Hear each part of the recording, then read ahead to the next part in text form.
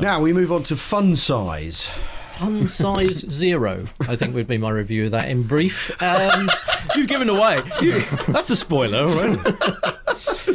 Nickelodeon make rather bland films, it must be said. And I didn't even know they made films. Nickelodeon have a sort of sideline in making films, as well as the TV outlet. And apparently Victoria Justice, who plays the lead character Wren here, is a star of many of their TV shows. Before the film even begins, she's also a dancer and a singer, and you get a pop promo, which is literally her latest single. So it's a kind of piece of product placement that lasts for 3 minutes before the film even begins. It's actually Carly Rae Jepsen's single, though. I'm sorry. For factually. Carry on. So it's just sort of suddenly you're thrown off kilter. Then the film itself begins. It's Halloween. So it's a Halloween film. Right. The character of Wren, played by Victoria Justice, thinks she's going to have this big night. She's angling to get to the party of the local stud muffin character, who's also the lead singer in a band, and she thinks that this is her big chance. However, her mother has other ideas. Her mother is dressed up as Britney Spears for the occasion, and if we hear this clip, you'll realise what's gone wrong. Oh, hey, Wren, what do you think? I think people might misinterpret what you mean by trick or treat. That's what you're taking Albert out in? Oh, no, I forgot to tell you. You're going to watch Albert tonight. I'm going to a party with Kevin. A party? With Kevin? Why are you saying his name like that? It's not even a name, Mom. You're either Kevin or you're Steven. Kevin does not exist. Kevin does exist, and he is kind and employed. No, Mom, I did not agree to this. Please! Don't do this to me. Honey, if you watch Albert tonight, I'll sign the application for NYU tomorrow. And then this time next year, you're going to be trick-or-treating the West Village. I love you. Thank you. You're welcome. She thinks she's going to get off with the guy that she's always fancied, but she's lumbered with her 5-year-old brother. She loses him in a ghost house. She's got to find him and get him home again before her mum finds out that he's gone AWOL.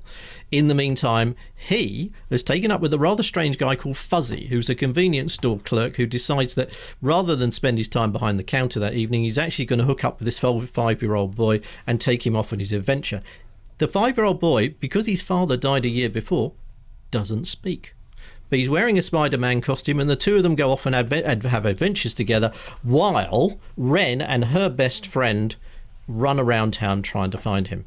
It's not sophisticated. It's quite rude for a Nickelodeon movie. It's a 12A certificate, and there's some quite sort of raunchy stuff in it. Raunch? Yes, raunch rather than rude, perhaps. But it's also contrived, fake, vacuous and incredibly irritating. And there are occasional moments, for instance with the mother, where an element of reality creeps in, and all that does is remind you just how fake it is. It's a really, really scary thing, because any moment that reality sort of intrudes into the film, you think, oh my God, yeah, there is a real world out there. I'd forgotten, because we're in this kind of plastic Nickelodeon world where everything is kind of simultaneously sort of bland, and in this case, just a little bit rude. So who's this aimed at, do you think? Queenies. It's one of the oddest... that is the question.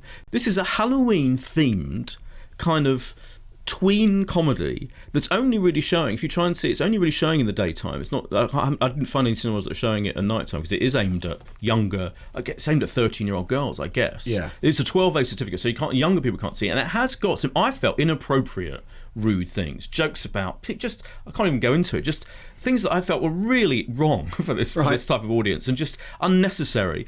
But annoyingly, it's directed by Josh Schwartz, who does really good stuff on TV. You know, he does Gossip Girl and Chuck, which are above average, witty, well-made TV shows aimed at these aimed at young girls. Mm. This is an awful, horribly gratuitous piece of filmmaking, I thought. From start to finish, and Chelsea Handler, who plays the mum, is the only good thing in it, and Chelsea Handler's good, but apart from that, it was unbearable.